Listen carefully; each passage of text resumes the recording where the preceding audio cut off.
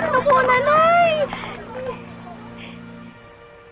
Hindi ko talaga sinabi ni Mario ang totoo para hindi kayo mabigla.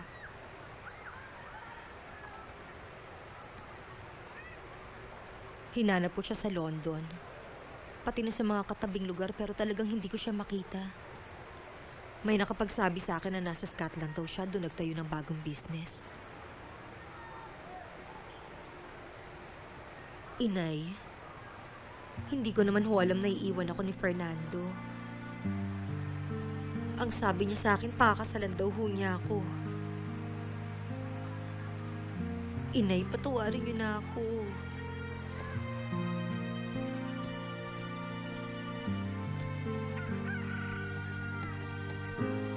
Tama na yan, Milen. Patatawarin ka rin ng nanay mo. Oo nga, ate. Hindi ka naman matitiis ni nanay eh. Okay lang yun, te. Alam mo, in fairness, friendship, hindi ko masisisi ang nanay mo. Kasi di ba iniwan din siya ng tatay mo noon? Kaya ang kabiling-bili niya sa ate mo, huwag magtitiwala sa Kelalax. Ay, nako. Kaya nga ako, ayoko magka-boyfriend, no? Ayoko magpaloko. Magkano to? Mahal yan! Suplada. Ano ba? Iba-iba naman ang mga Kelalax. Customer yun. Hey mister, I have Beyblade. Mama! Ikaw talaga. Si Jasper. Jasper. Ay sumabit. Ani, ano yung sinabi mong pangalan ng lalaki na kabuntis kay Ate Milet? Fernando. Fernando ano? Fernando Gonzaga. Bakit? Ba't mo pa tinatanong? Oo nga. Ito ba yun? Kailan nakasal? Mamayang hapon. Ano ka ba naman, JV? I need that report in an hour. Wala akong pakialam kung may sakit ang anak mo, okay? You promised to give the report today, so I need that report today. Or heads will roll. Bilisan mo. Oh, ano pang ginagawa mo? Di ba dapat nakahanda ka na? Ready na ako. Ready na ako.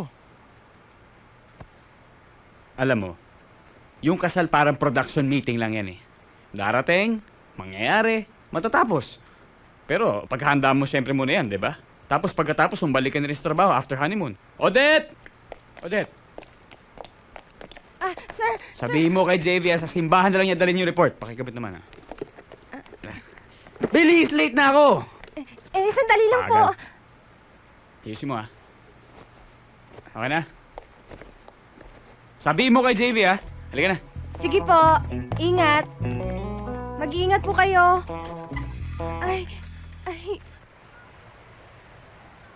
Ayan, ang ganda-ganda mo na. Ngiti naman dyan, iha. Mabuti pa para hindi ka naiinip dito sa bahay. Sumama ka sa akin, mag-deliver ng mga order nila sa akin, okay? Wag na Lola, dito na lang ho ako sa bahay. Ay nako, mabuti naglalakad-lakad ka para hindi ka mahirapan manganak. Pinagchichismisan naman nila ako dyan sa labas eh. Ay sus, bakit mo ba sila papansinin? Hindi lang naman ikaw ang kauna-unang babaeng nabuntis na walang ama. Nahihiya ho ako talaga. Ay nako, basta sumama ka. Ay, anong nangyayari? Bakit? Lola, Huh? manganganak na ako. Ay nako, wag dito. Hindi ako marunong magpaanak. Please. Sa ospital. Daling kita. Let's go, Lola. Halika na. Halika na. Halika na. Teka lang. Sandali. Oh. Are! Are! Ate! Are! Ay, meron kami sasabihin nyo. Ang ate nyo, manganganak na. Dali. Oh my Lord! Ano gagawin natin?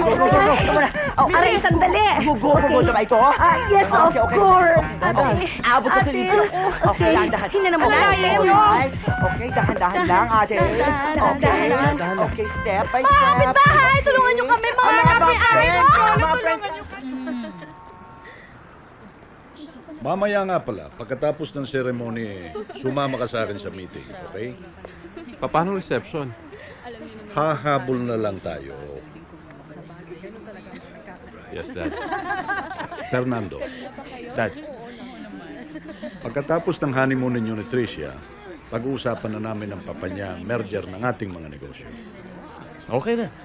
Areglado.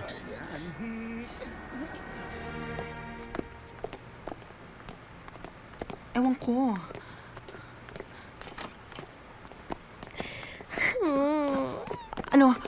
Ano na nangyari? Nasabi mo na ba sa ate mo? Hindi. Eh, paano tuwing gusto kong sabihin? Sumisigaw siya sa sakit. Naku, paano na ngayon yan? Sino nang pipigil dun sa kasal nung boyfriend ng ate mo? Ano daw sabi ng doktor? Kamusta na daw? Eh, yun. Si Mama. Paano na to? Alam ko na. Ako ang pipigil dun sa kasal. Ano?